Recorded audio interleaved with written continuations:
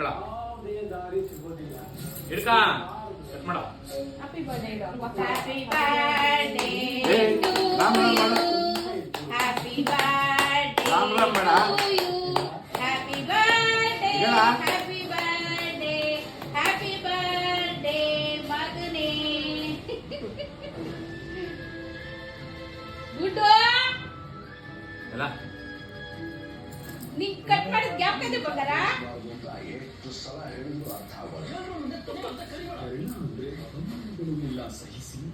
ಅಲ್ಲೆಲ್ಲ ನಂಗೆ